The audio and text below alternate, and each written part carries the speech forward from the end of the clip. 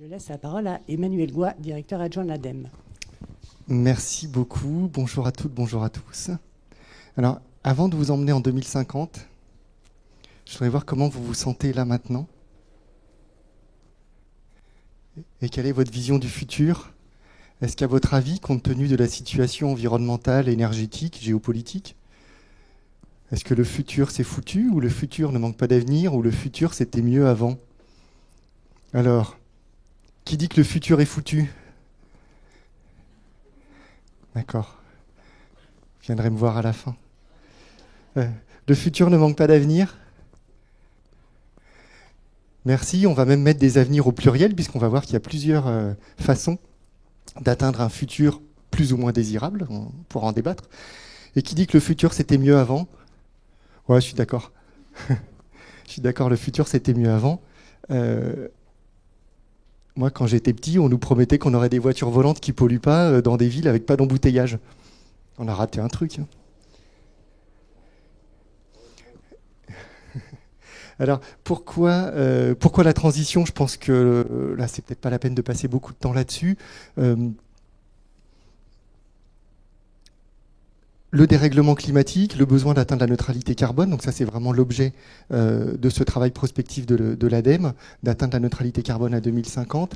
Je voudrais souligner un point qui est pris en compte dans ce travail prospectif, c'est toutes les pénuries ou les raréfactions ou les raretés qui sont devant nous en matière bien sûr d'énergie, également d'eau, de surface foncière, de matériaux. On parle beaucoup des terres rares, mais il n'y a pas que ça. Il y a plein d'autres matériaux pour lesquels ça va coincer si on reste sur le même modèle que celui qu'on connaît aujourd'hui. Alors, qui dit transition dit changement au moins en partie de modèle économique.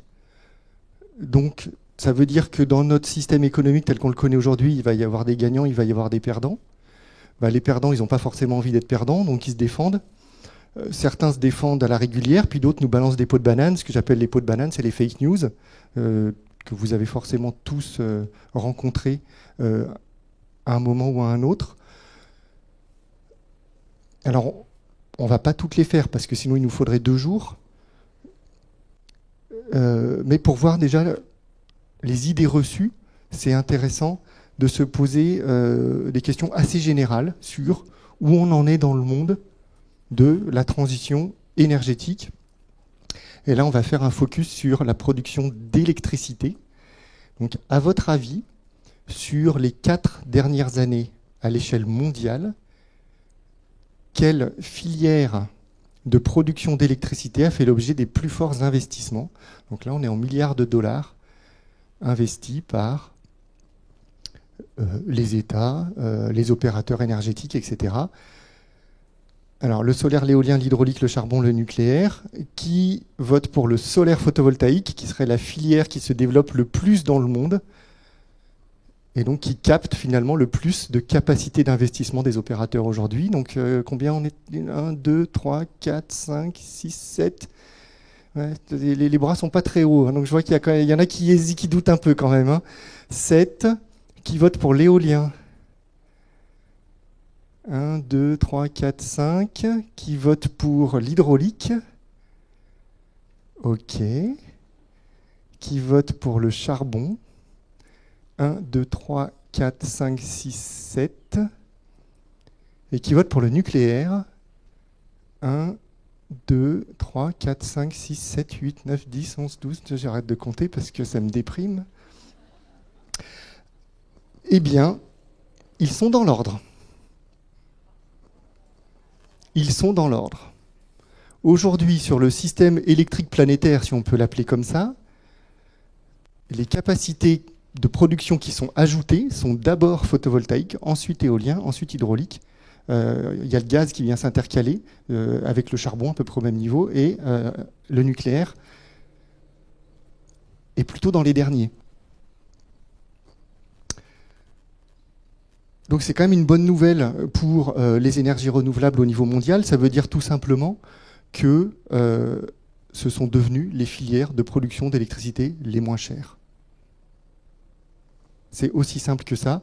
Et quand on regarde en milliards de dollars, on voit donc le photovoltaïque au milieu. Chaque barre représente une année. Donc on a 2017 jusqu'à 2020. Le solaire est devant. Il a pris un petit coup sur la tête en 2020 parce que en 2020, il y a eu le Covid, donc toutes les filières du bâtiment ont pris un petit coup sur la tête, et donc le photovoltaïque sur bâtiment a été pénalisé de la même façon, mais le photovoltaïque au sol n'a pas été pénalisé, tout comme l'éolien n'a pas été pénalisé, et les autres grandes filières non plus. On voit également sur ce graphique, qui est une source Agence internationale de l'énergie, donc on est vraiment sur une statistique, tout ce qu'il y a de plus officiel, que le stockage par batterie, donc sur les réseaux électriques, représente aujourd'hui des investissements très modestes.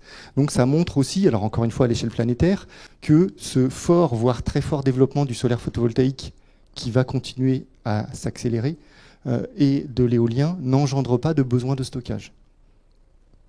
Ou en tout cas à la marge. Ce qui est également une bonne nouvelle. Parce que c'est vrai qu'en France, on entend quand même beaucoup, ouh là, attention, attention. Ces énergies-là sont intermittentes. Alors, je préfère dire variables et prédictibles. Il y a moins cette connotation de fonctionnement erratique. Et donc, voilà, attention, tant qu'on n'aura pas développé du stockage, voilà, j'ai déjà entendu ces discours-là, même d'opérateurs de réseau, voilà, faut y aller mollo, quoi. Non.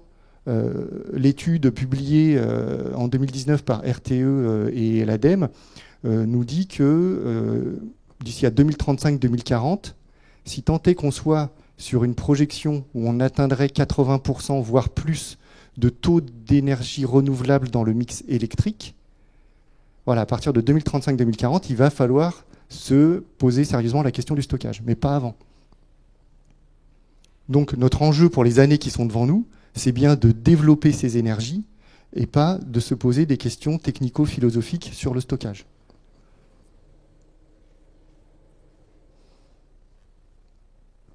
Alors, on a parlé de renouvelable, on va parler un petit peu d'efficacité.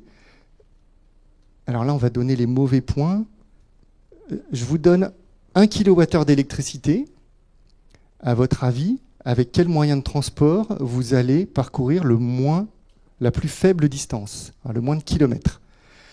Est-ce que c'est en prenant le train? Est-ce que c'est en étant tout seul au volant d'une voiture électrique? Ou est-ce que c'est en étant tout seul au volant d'une voiture à hydrogène?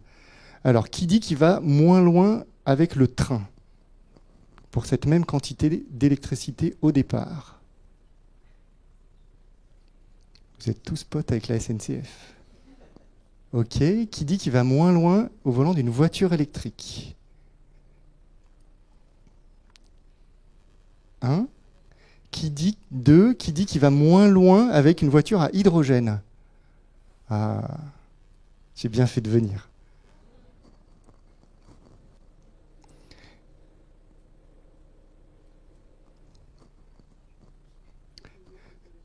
Ouais, on le mettra après. Sans surprise,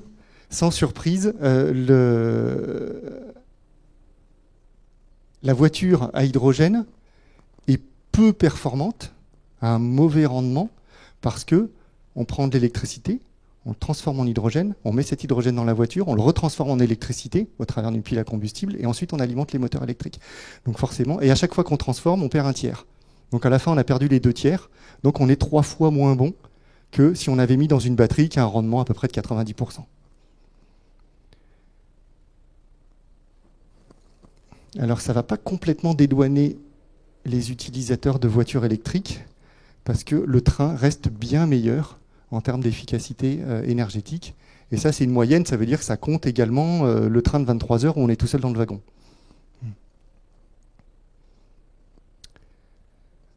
La conclusion qu'on peut en tirer vis-à-vis de l'hydrogène, c'est que l'hydrogène, ce n'est pas un vecteur très efficace, donc il faut le réserver aux usages qu'on ne sait pas décarboner avec d'autres vecteurs énergétiques. Ça ne veut pas dire que l'hydrogène c'est nul, ça veut dire que l'hydrogène doit être réservé là où il est pertinent. Et l'ADEME a des dispositifs de financement sur l'hydrogène.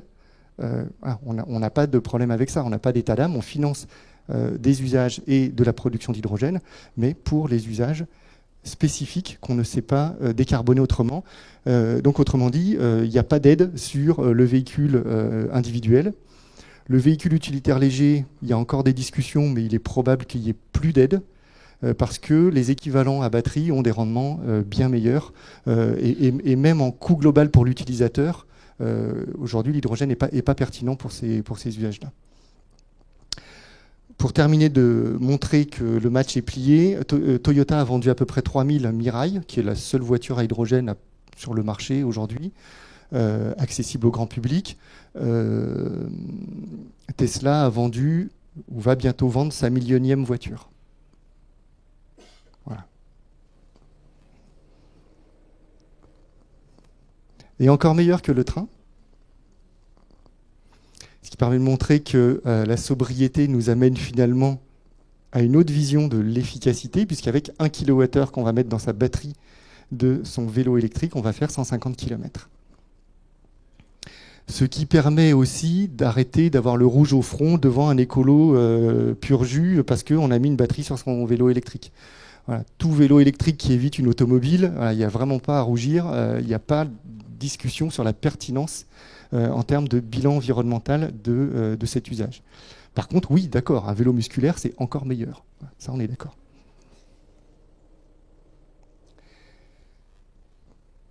Merci pour votre participation. Il y aura encore une ou deux questions au fil de l'intervention. Alors, je vais vous présenter assez succinctement les 4 scénarios que l'ADEME a construits pour atteindre la neutralité carbone. Donc on est bien sur un exercice prospectif. Ça veut dire qu'on n'est pas en train de prédire l'avenir. C'est pas la boule de cristal, c'est oh, je vois des éoliennes, je vois des voitures électriques. Voilà. On n'est pas en train de prédire l'avenir.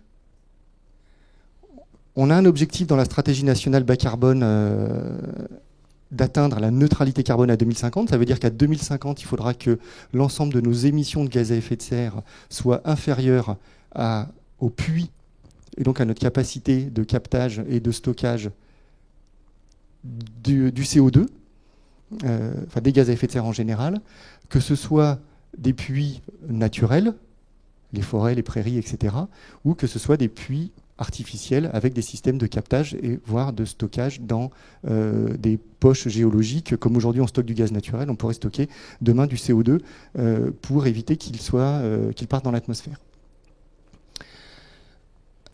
Et donc, face à cet objectif qu'on a en principe tous en commun, la question que s'est posée l'ADEME, c'est comment on peut atteindre cet objectif-là, quelles sont les différentes options. Et assez rapidement, plutôt que de partir sur des options de technique, on va mettre plus de ça, moins de ça, etc., on s'est dit finalement, on est devant des choix qui sont vraiment structurants. Et donc on est plutôt devant des choix de société que devant des choix techniques. Et donc, suivant le chemin qu'on prend, en fait, c'est pas la même société qu'on va dessiner. Et donc, c'est sur cette base-là qu'ont été définis, je vous fais grâce de celle-là, qu'ont été définis 4 grands chemins pour atteindre la neutralité carbone. On va les prendre de droite à gauche parce que le scénario 4, c'est celui qui est peut-être le plus proche de la tendance actuelle. C'est-à-dire qu'on laisserait, entre guillemets, filer les consommations d'énergie. Donc on serait sur une tendance où on continue bon an, mal an. Alors, plutôt on stabilise les consommations d'énergie, mais la consommation de biens et de services continue à se développer. Donc on augmente les kilomètres parcourus par les humains et par les marchandises. On est sur une tendance qui nous amène bien sûr à générer, en termes d'impact environnementaux, beaucoup d'impact qu'il va falloir réparer. Et c'est pour ça que ce scénario s'appelle le pari réparateur, puisqu'on prend le pari que grâce à la technologie, on sera en capacité de réparer les impacts qu'on aura fait subir à la planète. On verra ce que ça implique après, ce qu'on entend par réparer. Le scénario 3, on est un peu plus, on contient un peu plus les consommations d'énergie, on est un peu meilleur en efficacité, et on va plutôt avoir un développement économique qui est basé sur ce qu'on pourrait appeler la croissance verte, pour faire un peu un raccourci. Alors que sur le 4, on a un développement économique qui est un petit peu tendanciel, donc on continue à avoir un développement économique qui est carboné, et puis on va se débrouiller pour capter, stocker tout ce carbone qu'on aura émis avec ce modèle économique un peu à l'ancienne qu'on fait perdurer. Sur le 2, là on rentre dans une logique beaucoup plus efficace et beaucoup plus sobre. Donc on raisonne, mais je reviendrai un peu dans le détail après, on raisonne un peu plus à l'échelle des régions. Et sur le 1, là on pousse la sobriété vraiment au bout, puisqu'on appelle même ça la frugalité. Donc on voit qu'il y a vraiment cette notion de... On va se contenter de ce qui est nécessaire et on va évacuer le plus possible ce qui est superflu. Et donc, on voit bien que plus on est sobre, plus on est frugaux, vers la gauche, plus l'impact qu'on aura sur l'environnement sera modéré, et donc moins on aura besoin de réparer ces impacts, donc plus finalement on atteindra la neutralité carbone facilement. Alors, on verra ce qu'on met derrière facilement tout à l'heure. Et en termes de gouvernance, autant dans le 4, on est encore dans une logique d'économie mondialisée avec beaucoup d'échanges. Dans le 1, à l'opposé, on est presque sur du localisme. On est vraiment sur des circuits courts, voire ultra courts. Et les deux étant représentant l'intermédiaire. Alors, pour illustrer un petit peu à la fois les modes de vie et puis les techniques, quand même, malgré tout, les technologies qui sont derrière. Voilà, quelques mots-clés pour illustrer les différents scénarios. Donc, le 4, on continue avec l'étalement urbain, on reste sur une consommation de masse, l'intelligence artificielle a pris sa place dans la société, on reste sur une économie mondialisée, on reste sur une agriculture intensive pour nourrir tout le monde, parce qu'on n'a pas beaucoup changé nos habitudes de consommation. Donc on continue à consommer presque autant de viande que maintenant, par exemple, qui est un indicateur important de la pression qu'on met sur le système agricole. Et on va avoir besoin de capter le CO2 dans l'air. Et c'est un pari parce qu'on est sur des technologies qui sont aujourd'hui incertaines. On a besoin d'aller capter du CO2 sur les cheminées des usines, mais ça ne va pas suffire. Donc on a aussi besoin d'aller capter du CO2 dans l'air. Donc on a besoin de mettre des aspirateurs à CO2 dans les rues, par exemple, pour aller choper le CO2, le séquestrer et puis voilà, le comprimer et puis le stocker, par exemple, dans des poches souterraines. Ça existe aujourd'hui, mais ça n'existe pas à grande échelle. C'est pour ça que c'est un pari, c'est-à-dire qu'on prend le pari qu'on saura massifier cette technologie. En termes de résultats, on voit qu'on a contenu, mais pas l'effort sur la maîtrise de l'énergie reste vraiment modéré, on peut arrondir à 1400 TWh, alors que la conso aujourd'hui c'est 1600. Je parle sous le contrôle de Julien, tu dois savoir ça par cœur, toi, non? Je voulais pas te coller. Hein. Je crois que de mémoire, on doit être à 1600 TWh aujourd'hui en conso global. Donc voilà, on réduit un peu, mais bon, en 30 ans, c'est pas non plus un effort dingue. On active plusieurs levées de décarbonation. On a besoin de beaucoup de biomasse, en particulier forestière. On a besoin de beaucoup d'énergie renouvelable. On a besoin d'un peu d'hydrogène. Et pour produire cet hydrogène, on a besoin d'électricité. Et de l'électricité, on a beaucoup d'énergie renouvelable et on a également du nucléaire. Et on arrive à la neutralité carbone grâce à, on le voit en gris à droite, à tout ce qui est captage et stockage de CO2. On voit en orange, c'est ce qu'on n'a pas réussi à réduire grâce à l'innovation technologique, à des systèmes plus efficaces, etc. Ou au passage à l'électricité d'un certain nombre de vecteurs énergétiques carbonés. Voilà, on voit que ça ne suffit pas et donc il faut stocker. Il faut capter et stocker. Si on prend le scénario 3, on est plutôt sur un développement à l'échelle des métropoles. Donc les métropoles continuent à capter plus d'habitants. Pour densifier les métropoles, on va déconstruire et reconstruire, aussi au nom de l'efficacité énergétique des bâtiments. Alors, je ne parle pas de l'efficacité en matériaux, on sait que ce n'est pas terrible de faire ça, mais en termes d'efficacité énergétique pour la consommation d'énergie, par contre, là, on sait que c'est bon. On va beaucoup s'appuyer sur les technologies vertes. Donc il y a beaucoup d'énergie renouvelable également, il y a beaucoup de biomasse également. Il y a beaucoup de numérique. Le numérique est un peu partout dans la société. Il y a les voitures autonomes, voilà, ce genre de développement. Voilà, j'évoquais le terme de croissance verte ou sur un consumérisme vert. Voilà, on continue à consommer beaucoup, mais les produits sont plus verts. Et on a quand même besoin de capter et de stocker du CO2, mais dans des proportions plus raisonnables. On utilise quand même beaucoup la biomasse, et donc on a aussi besoin de produire cette biomasse donc avec beaucoup d'intrants. Voilà, ça ne se fait pas tout seul, on va vraiment exploiter, dans le 4 et le 3, on va vraiment exploiter plus la forêt, et on demande beaucoup à l'agriculture et à la forêt en termes de production d'énergie, en plus des autres sources. On voit quand même qu'en termes de consommation d'énergie, on a fait un effort qui est déjà un petit peu plus important. Voilà, 40% de baisse par rapport à 2015.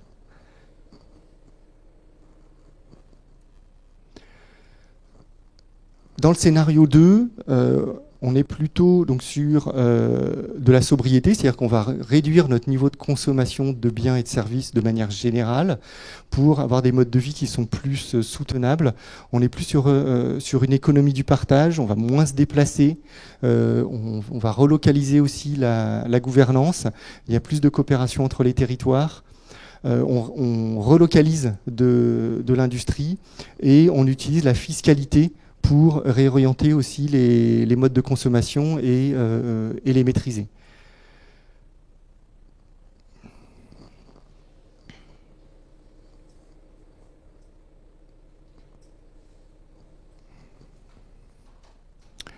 On voit qu'on a divisé par 2, grosso modo, notre consommation d'énergie par rapport à maintenant. Donc on voit qu'on a quand même un effort plus important.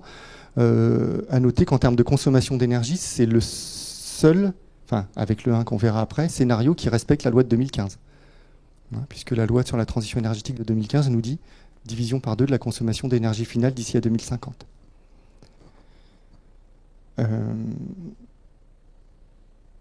Production d'électricité, on est à peu près sur le même niveau qu'aujourd'hui. Il y a un petit peu d'hydrogène, mais pas dans des proportions énormes. On se sépare, on n'a quasiment plus besoin de gaz. Comme on exploite moins la forêt, on maintient mieux... Pardon. Oui. Voilà. La forte baisse de consommation de gaz permet de couvrir la grande majorité de la demande avec du gaz décarboné, donc soit biogaz, soit gaz issu d'hydrogène. On maintient les puits naturels parce qu'on va quand même moins exploiter la forêt et les zones agricoles pour produire de la biomasse. Donc ça nous permet de maintenir les captages naturels. Donc on a besoin d'un petit peu de captage technologique, mais de façon très modeste. Donc on n'est pas du tout dans une logique de pari technologique, là, parce que là on va juste capter sur quelques cheminées. Et enfin on en arrive au scénario 1, où là on a une frugalité, alors qu'on considère contrainte parce qu'on considère qu'on y arrive assez vite. Et pour y arriver assez vite, voilà, un certain nombre de personnes qui vont être d'accord avec ce scénario, qui vivent déjà selon finalement le mode de vie qui est décrit ici, mais c'est clairement pas tout le monde. Et donc si on veut embarquer tout le monde sur un scénario comme ça, il va falloir mettre un certain nombre de contraintes, en tout cas c'est ce qu'on prévoit dans la description de l'atteinte de la neutralité carbone avec ce type de scénario. Comme exemple de contraintes, il peut y avoir des quotas par exemple sur les déplacements en avion, ce genre de contraintes. Voire des quotas carbone par personne. Ça peut être un autre exemple de contrainte. Là où on commencerait à être dans des changements assez radicaux. Maintenant, on va voir que finalement, les changements radicaux, il y en a dans les 4 scénarios. C'est aussi une des conclusions. Je profite, là, je fais une parenthèse sur le terme de radical. Je pense que beaucoup de personnes ont bien ça en tête, mais c'est important de l'avoir comme élément de langage quand on se fait attraper sur ce terme-là. La radicalité consiste à aller chercher les problèmes à la racine. Ça n'a rien à voir avec l'extrémisme. C'est juste on remonte à la source du problème.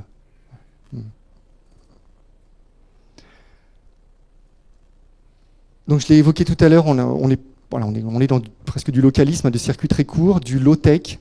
Donc dans le scénario 1, on tourne un peu le dos à l'évolution naturelle du tout technique, du tout numérique, etc. La société fonctionne en se basant sur des nouveaux indicateurs de prospérité. On va plutôt regarder la qualité de vie. Comme indicateur, on peut avoir aussi les écarts de salaire entre les personnes. Voilà, on essaye de ramener plus d'équité entre les individus. Ce qui est intéressant, si ça vous intéresse, je vous invite à lire le feuilleton sociologique qui a été publié. Je reviendrai après sur les sources, hein, vous aurez tous les liens. Il y a un panel d'un peu plus de 30 Français. Alors, 30, c'est pas représentatif, mais par contre, ce qui est intéressant, c'est que les profils sont très diversifiés, qui ont passé du temps avec des sociologues qui les ont interrogés après leur avoir présenté les scénarios dans le détail. Et finalement, sur le côté sobriété qui fait un peu peur, finalement, ce que disent les personnes, alors bien sûr, il y a quelques réfractaires, mais il y a plus de réponses qui disent bah, moi, je veux bien le faire, mais si mon voisin continue à avoir un gros SUV, je vais peut-être pas me sentir très bien dans cette société-là. Par contre, si on est tous logés à la même enseigne et qu'on trouve notre bonheur ailleurs, dans plus d'échanges, dans plus de liens avec ses voisins, ben, finalement, ça peut m'aller, en fait, votre truc là. Et sans surprise, si on est frugaux, bon, ben, on consomme encore moins d'énergie. Et là, on devient même plus que neutre en carbone, puisqu'on va stocker plus de carbone qu'on va en produire. Alors, je vous invite à... Celui-là, c'est pas pour le lire, hein, parce que voilà, c'est ce que vous trouverez dans les publications. Il y a pas mal d'indicateurs sociétaux, l'habitat, indicateurs économiques, etc. Je vais vous donner quelques éléments, peut-être que j'ai probablement oublié. Si on prend l'indicateur d'alimentation, par exemple, dans le scénario 1, on divise par 3 la consommation de viande. Dans le scénario 4, on réduit de 10%. Et on va chercher un peu des viandes de synthèse. Enfin, des protéines de synthèse, pardon. Sur l'habitat, dans le scénario 1 et le 2, on est sur de la rénovation massive. Vraiment pour... voilà, on atteint les objectifs d'un parc BBC à 2050. Dans le scénario 3, on va reconstruire, et dans le scénario 4, on n'aura pas atteint cet objectif-là.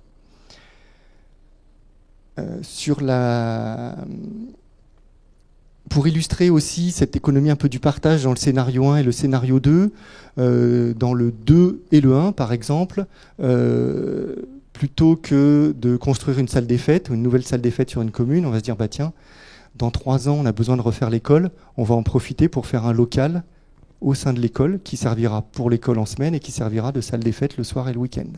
On a apporté le même service aux habitants, on a été beaucoup plus sobre en matériaux utilisés et en énergie et en frais d'entretien que va nous coûter ce bâtiment unique par rapport à si on en avait fait 2.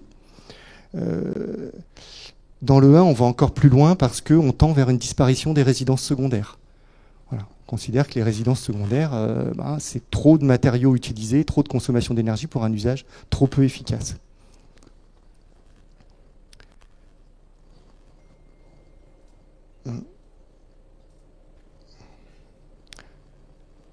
Sur la mobilité, dans le scénario 1, on réduit de 30% la mobilité, donc le déplacement des personnes, donc en termes de kilomètres par an.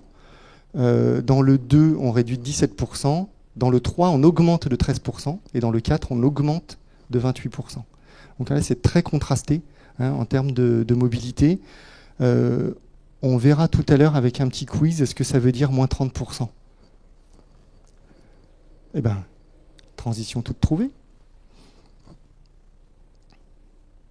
À votre avis, juste avant les chocs pétroliers, l'automobiliste, quand il allait à la pompe, est-ce que le carburant lui revenait moins cher qu'aujourd'hui, ou plus cher, ou finalement, bon an, mal an, le coût du carburant a conservé le même niveau? Qui dit que ça a augmenté depuis avant les chocs pétroliers?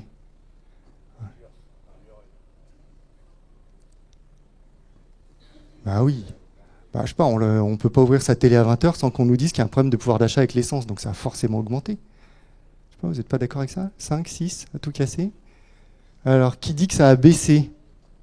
Qui dit que le coût du carburant a baissé? Ok, ouais, il y a à peu près, allez, on va dire qu'il y a bataille. Qui dit que c'est conservé le même niveau?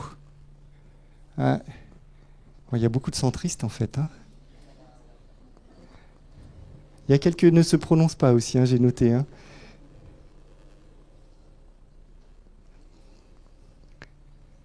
Alors, il faut voir de quoi on parle. En 1970, un salarié au SMIC, avec 1 heure de travail, pouvait se payer 3 litres d'essence. En 2020, un salarié au SMIC, avec 1 heure de travail, pouvait se payer 6 litres d'essence. En 2020. On est en 2022, on peut ramener à 5 litres, vu la hausse qu'il y a eu récemment, voire même 4 litres et demi. En 2020, on a quand même compté qu'on était à 1,65 €, hein, donc on n'était pas à 1,20 €. Hein. Voilà. En 70, on roulait en 4L, pour ceux qui avaient une voiture. Ah, je pense que c'est Renault qui a piraté mes...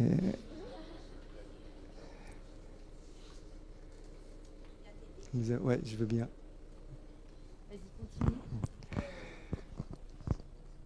En 70, dans une 4L, avec 3 litres d'essence, on faisait 50 km.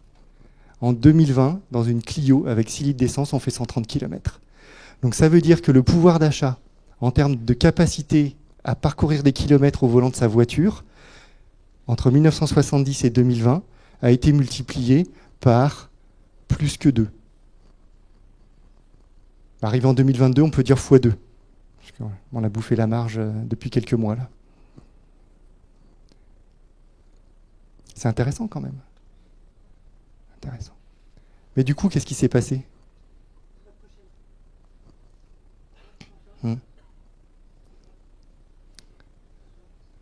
Ouais. Merci, c'est bon.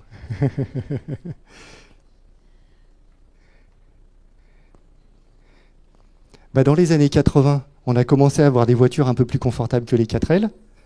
On s'est dit, finalement, ce boulot à 40 bornes de la maison, 50, 60, je vais pouvoir le prendre. Et donc, on a commencé à habiter loin de son travail. Ça a enclenché de l'étalement urbain. Ça a mis plein de voitures dans les villes sont devenues moins désirables. Du coup, on s'est dit, si je veux respirer du bon air, il faut que j'habite à la campagne. C'est pas grave si je vais bosser en ville avec ma bagnole. Bon, je vous le caricature un petit peu, je vous le fais en accéléré. Mais voilà, ces tendances-là, on les a quand même connues. Voilà, moi, je suis né juste après 70. Là. Voilà. Il y en a ici qui ont connu les 4L. Ouais, c'est bon, je me sens moins seul, merci.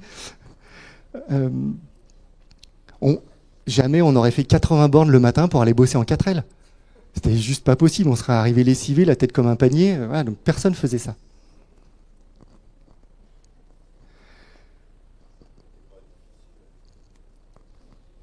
Résultat, entre 1970 et 2020, les kilomètres parcourus en voiture individuelle en France ont été multipliés par 3. Donc finalement, quand dans le scénario 1, on dit on réduit de 30%, on se dit waouh. On ne revient pas aux années 70, on revient plutôt aux années 90. Où on avait déjà des bonnes bagnoles quand même.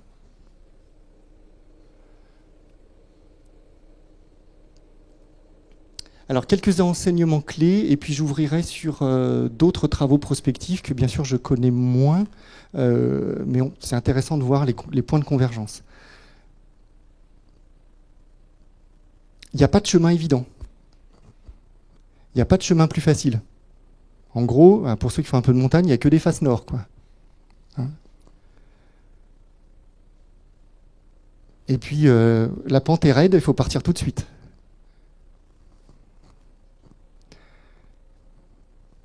Soit on est plutôt technophile, on considère que la technologie va nous sauver, on prend le pari technologique.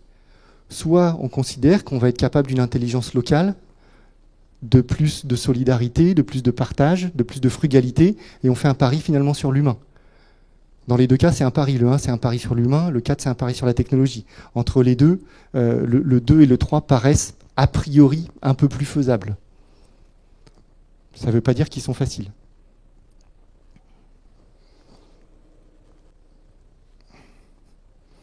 Dans tous les cas, il faut réduire la demande, parce que plus on réduit la demande à la fois de biens et de services, de mobilité, etc., moins on va prélever de ressources énergétiques en matériaux sur la forêt, sur le système agricole, et donc plus l'équation à 2050 sera facile à résoudre. Un indicateur intéressant, c'est les besoins en eau pour l'irrigation. Entre le scénario 1 et le scénario 4, il y a un facteur 2,5.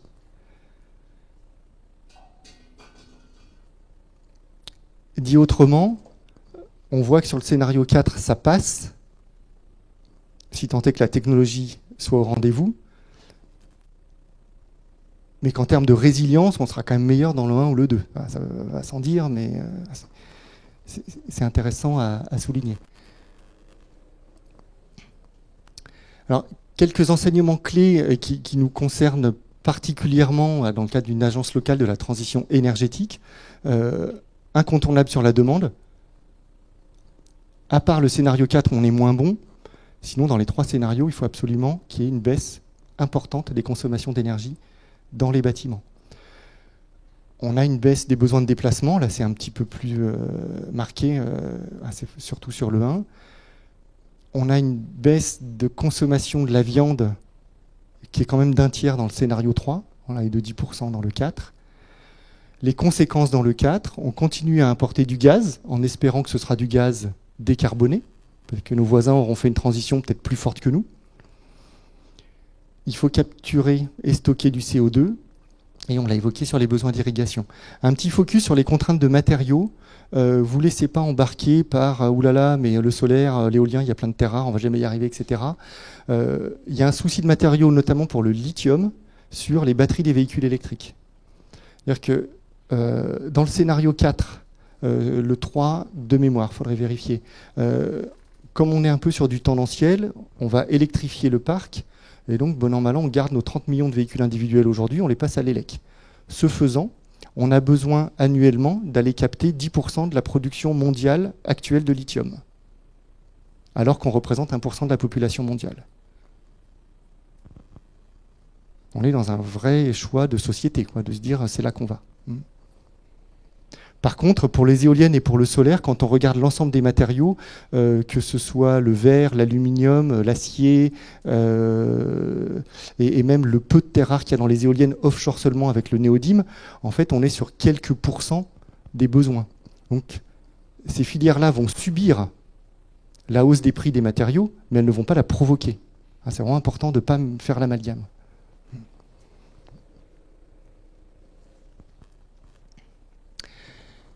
Et sur la production d'énergie, on a besoin de toutes les énergies renouvelables, en particulier la biomasse, y compris le biogaz, l'éolien terrestre, où on doit multiplier par 3 entre aujourd'hui et 2050, le photovoltaïque, on doit multiplier par 10 entre aujourd'hui et 2050. C'est des moyennes entre les scénarios, mais les écarts ne sont pas si grands que ça, parce que finalement, si on prend le 3 ou le 4 où il y a moins de sobriété, il faut produire plus, mais du coup on s'appuie sur le nucléaire, notamment sur le 4. Sur le 3, il y a une variante sans nucléaire. Bon, on pourra y revenir après, si vous le souhaitez.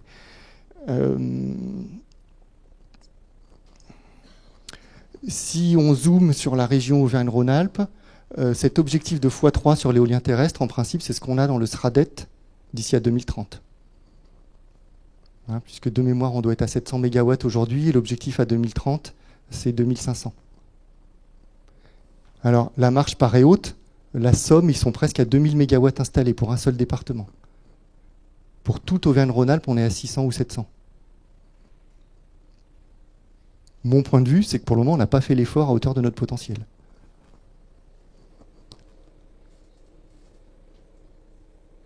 Ce point de vue est partagé avec les collègues de l'Adréal.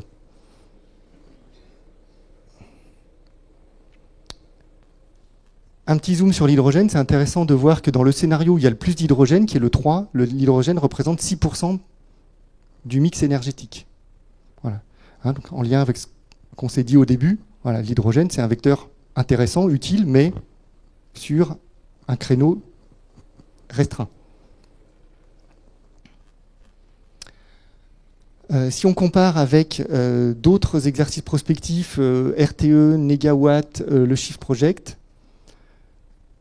on voit que Shift Project, Negawatt, ADEME, dans le scénario 1 et 2, la sobriété est vraiment une condition nécessaire, c'est vraiment un préalable. Dans les autres scénarios, c'est plutôt une variable d'ajustement et on arrive avec la technologie à pallier cette moins bonne sobriété. Dans tous les cas, il y a des efforts sur la façon de se déplacer, d'habiter et de manger, avec quelques bémols, hein, on l'a vu juste avant, sur le 3 et le 4. et un système productif à questionner. J'ai pas beaucoup parlé des contraintes sur les matériaux. Par exemple, si on parle de recyclage, entre le scénario 1 et le scénario 4, et même entre le 2 et le 4, voilà, il y a 2 fois plus de recyclage dans les scénarios 1 et 2 que dans le 4.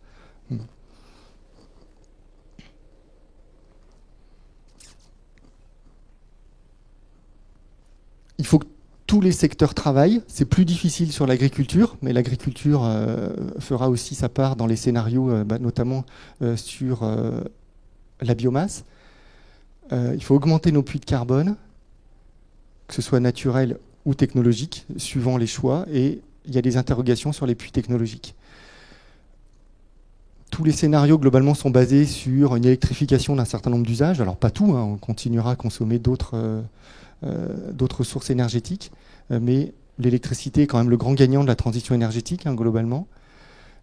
Et sur le mix électrique, il y a plusieurs possibilités. Et la question qui se pose, et qui est vraiment l'objet des débats actuels, c'est est-ce qu'on a besoin de nouveaux nucléaires ou pas? Dans le 1 et dans le 2, dans les scénarios 1 et 2 de l'ADEME, il n'y en a pas besoin. Dans le 3, c'est une variante. Et dans le 4, il y en a besoin. Dans les scénarios de RTE, il y en a globalement besoin, sauf dans les scénarios les plus sobres. Et les scénarios les plus sobres, on retombe à peu près sur les niveaux de conso du 2 et du 3 de l'ADEME. Voilà.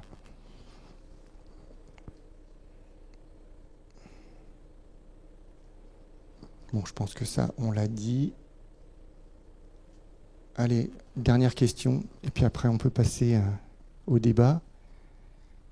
Alors, dans le scénario de l'ADEME où il y a le plus de photovoltaïque, à 2050, il y en a 140 gigawatts. C'est le même niveau qu'il y a dans le scénario négawatt, me semble-t-il. Et RTE, c'est plutôt un niveau médian parce qu'il pousse le curseur jusqu'à 180, voire 200 dans certains scénarios. Partons sur 140. Est-ce qu'à votre avis, ça représente 5% des surfaces agricoles, nos 29 millions d'hectares de surfaces agricoles? 0,5%, merci. 10% des surfaces bâties ou 10% des surfaces de route. Alors, qui vote pour le 0,5% des surfaces agricoles? Après, on discutera si c'est beaucoup ou pas beaucoup. 1, 2, 3, 4, 5, 6, 7, 8, 9, 10, 11, 12, 13. Allez, je vous le fais à 14. Qui vote pour 10% des surfaces bâties? J'ai l'impression que c'est un peu plus. 1, 2, 3, 4, 5, 6, 7, 8, 9, 10, 11, 12, 13, 14. Vous êtes plus pour le développement du photovoltaïque sur les bâtiments. Je comprends. Qui vote pour 10% des surfaces des routes? J'ai l'impression qu'il y en a qui ont voté 2 fois, voire 3 fois. Bravo.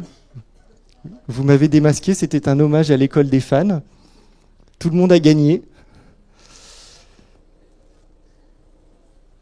En fait, ça représente à peu près les surfaces équivalentes, là, ces trois blocs. Alors, ça ne veut pas dire qu'il faut aller sur les routes, parce qu'il y en a qui ont essayé, ils ont quand même eu beaucoup de problèmes. Hein. C'est que là, quand on roule sur les cellules photovoltaïques, ça ne se passe pas très bien. 10% des surfaces bâties, on se dit, ah bah ouais, mais alors du coup, pourquoi on va au sol? On a largement la place. On va au sol, malheureusement, pour plein de raisons. La première, c'est que le photovoltaïque au sol est 2 à 3 fois moins cher que le photovoltaïque en bâtiment. La deuxième, c'est que on fait des paquets de 1 méga, 10 mégas, 100 mégas, voire plus d'un coup, donc on va beaucoup plus vite pour atteindre nos objectifs. C'est les 2 raisons principales. Et puis, sur les bâtiments, je pense qu'il y en a ici qui ont essayé de monter des projets, qui y sont arrivés. Vous avez toute mon admiration à monter des projets photovoltaïques sur le bâtiment. C'est quand même un sacré parcours du combattant. Et si on veut atteindre nos objectifs de la PPE, programmation pluriannuelle de l'énergie à 2028, donc là c'est au niveau national, on doit multiplier par 4 les surfaces photovoltaïques installées d'ici à 2028. Peut-être un petit peu moins parce qu'on a été assez bon l'année dernière, mais mettons par 3, 3,5. C'est impossible à faire sur les bâtiments en l'état actuel des conditions technico-économiques de développement du photovoltaïque sur les bâtiments. Donc là, il va y avoir un vrai choix politique de se dire, est-ce qu'on, entre guillemets, on ouvre les vannes sur les terrains agricoles au nom de l'atteinte de nos objectifs, ou est-ce qu'on accepte de décaler dans le temps nos objectifs? Alors, après, il y a de la place sur les friches, hein, il y a eu une étude de l'ADEME pour le quantifier, il y a les ombrières de parking, etc. Donc ça veut... Me faites surtout pas dire ce que j'ai pas dit. Il ne faut pas aller tout sur surface agricole. Mais je crains que si on veut atteindre nos objectifs, on soit obligé d'y aller. Et je dis ça à grand regret. Maintenant, 0,5%, est-ce que c'est beaucoup, est-ce que c'est pas beaucoup? Ça, c'est une question. Ça dépend comment on regarde. Voilà. Je crois que le gaspillage alimentaire en France, c'est à peu près 20%. Donc, voilà. Est-ce qu'on va mourir de faim si on enlève 0,5%? Si on réduit la consommation de viande, ne serait-ce que de 10%, qui est voilà, le scénario 4, ça nous dégage de la surface agricole.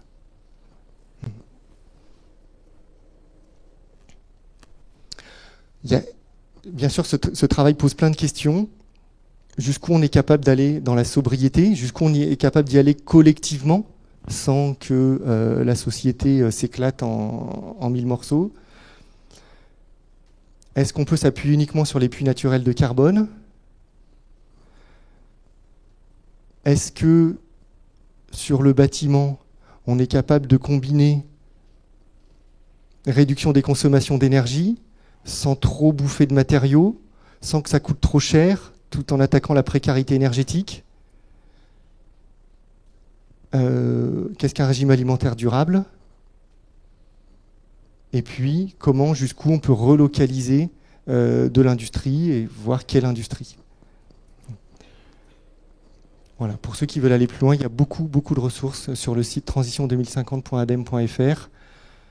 Le rapport complet fait 687 pages. Voilà. Donc pour les insomniaques, c'est une mine d'informations. J'ai pas tout lu. Il y a vraiment beaucoup d'infos et ça donne aussi beaucoup d'informations sur les potentiels filière par filière, etc. Voilà, par exemple, on apprend que, puisque ça rassemble toute l'expertise et la connaissance de l'ADEME, le potentiel de biogaz en France, c'est entre 120 et 180 TWh de production de biométhane par an, suivant si on va chercher la pyrogazéification ou pas, hein, pour faire simple. Les importations de gaz russe, c'est 100 TWh par an. C'est intéressant comme ordre de grandeur. Voilà, donc il y a plein comme ça, au détour des pages, de chiffres clés, d'éléments de réflexion qui peuvent nous aider à nous positionner dans ce que j'appellerais les actions sans regret. Voilà, on l'a vu. Voilà. Maîtrise de l'énergie, développement des énergies renouvelables. Finalement, on a réinventé un peu l'alpha et l'oméga des politiques énergétiques territoriales. Mais c'est intéressant de voir que même si on se projette à 2050, même si on pousse un peu les curseurs de la technologie, on retombe grosso modo sur les fondamentaux qu'on connaît dans les agences locales de l'énergie depuis toujours, que sont la maîtrise de l'énergie dans les bâtiments, le développement des énergies renouvelables, la maîtrise de la mobilité, qui est un sujet beaucoup plus difficile à attaquer. Il n'y a pas de grande surprise finalement, il n'y a pas de solution miracle. À la fois c'est dommage et en même temps c'est rassurant parce que ça veut dire que dans nos actions, pour les uns et les autres, depuis un paquet d'années, on ne s'est pas trop trompé, quoi. Merci de votre attention.